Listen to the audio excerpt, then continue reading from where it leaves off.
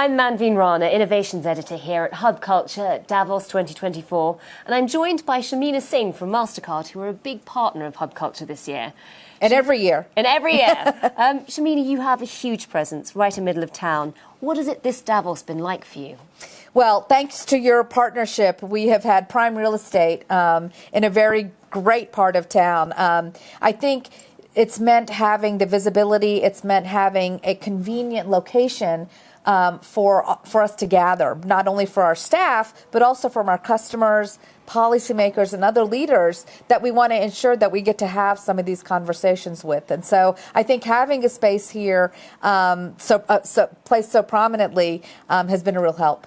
And for you, what have been the most energizing conversations that you've had? What have been the surprises of this Davos? Right. I've had many energizing conversations. I have to say, you know, with a theme like rebuilding trust, the conversations you have are quite serious and quite sobering. And I think the surprise for me is that the information is all useful. So I've sort of gone from being scared to being more informed and being concerned and serious, but not scared. And so I think that getting the information and hearing it from experts from around the world, I mean, you don't get access to these people in your day-to-day life. And so to be able to watch them in a session and then engage with them after a session, sit down with them for a one-on-one meeting, you know, I think that really makes a difference. And so I feel like the information that we're hearing is true and it's credible and it has an evidence base, and that is really powerful.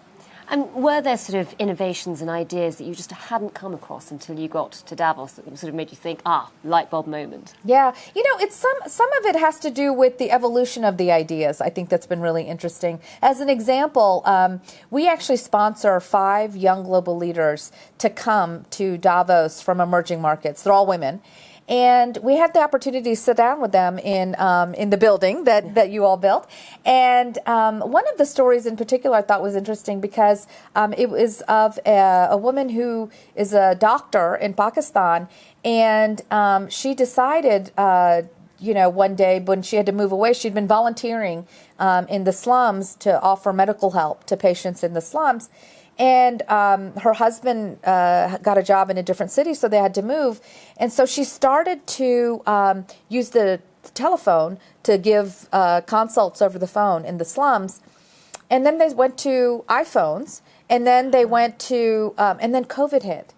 And she happened to be the only infrastructure that had created telemedicine in the entire country. That's amazing. And so her volunteer effort actually grew into an entire business model that was serving the country in weeks, not months, not years. And that ability to scale from a social impact impulse into a huge business now for her in Pakistan was actually incredible. And so for me, it's like it's meeting these amazing people who are doing incredible things, but just one after the other after the other. It blows me away. It's mind-blowing. Inspirational place to be. Absolutely, absolutely. Well, Shamina, thanks very much for joining us.